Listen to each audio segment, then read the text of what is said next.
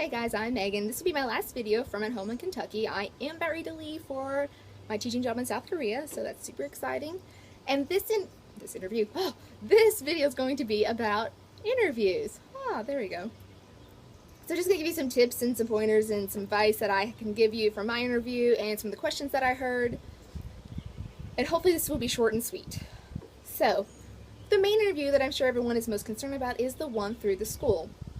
Now, I did interview for a private school, so my experience might be different from what you might go through, but you might hear some of the same questions, or if not, some of these questions that I'll talk about might help you if you answer other questions that you might hear.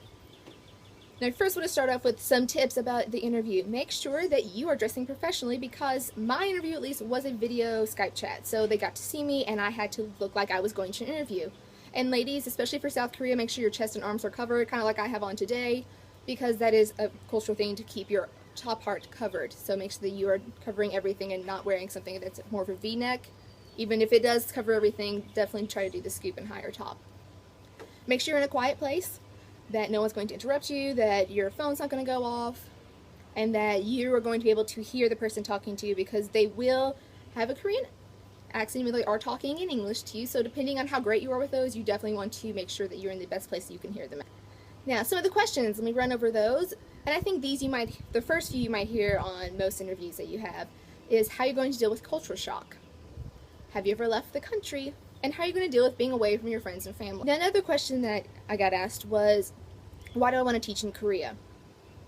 Then when you're asked that question, don't just answer it with the culture and the traveling, because I'm pretty sure that's a big part of all of the reasons why we're going, but answer it more with why you want to teach children English over there. So focus on the teaching aspect of it. What about teaching students English is interesting to you? All right, some of the other questions that I was asked were, what's my strength as a teacher? And I luckily had done my student teaching. I had my certificate in teaching, so I have some good references to pull from my teaching experience. So that helped me on that. If you don't have any of those experiences, definitely pull from leadership or management or any kind of place where you have done something that you have led people and what made you a good leader in those situations. Another one was, how would I get my students engaged? Like I said, I'm going to a private school, so they're going to be coming to me after they've been to school all day, so being able to engage students is something that's very, very important for that because they're not always going to want to learn.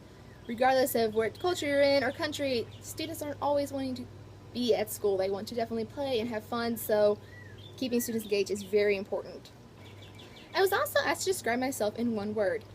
Now, if you're like me and you're put on the spot with that, you sometimes come up with silly words. So now that you know that that could be a possibility, definitely look up a nice, good word to describe yourself. Or else you'll end up like me and use the word bubbly.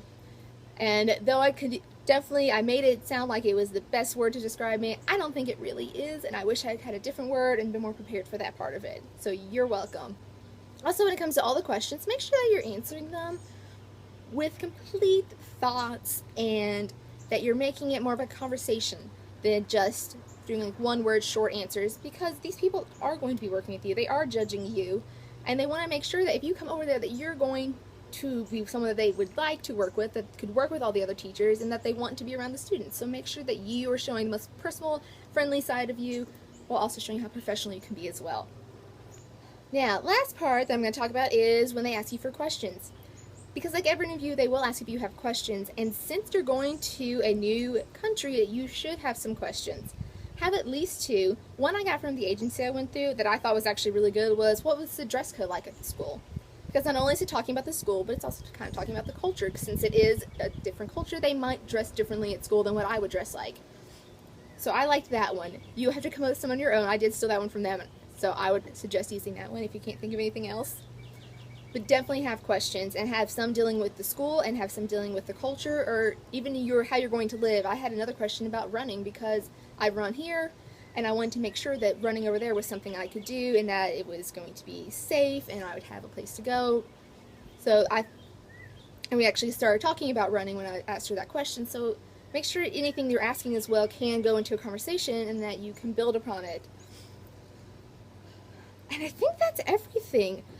If you have any other questions or anything at all, please ask them below. And like I said, try to make this short and sweet, so I probably missed a few things, and I can't remember all the questions they asked me because it was a few months ago, and also I was really nervous, so I don't remember everything from it.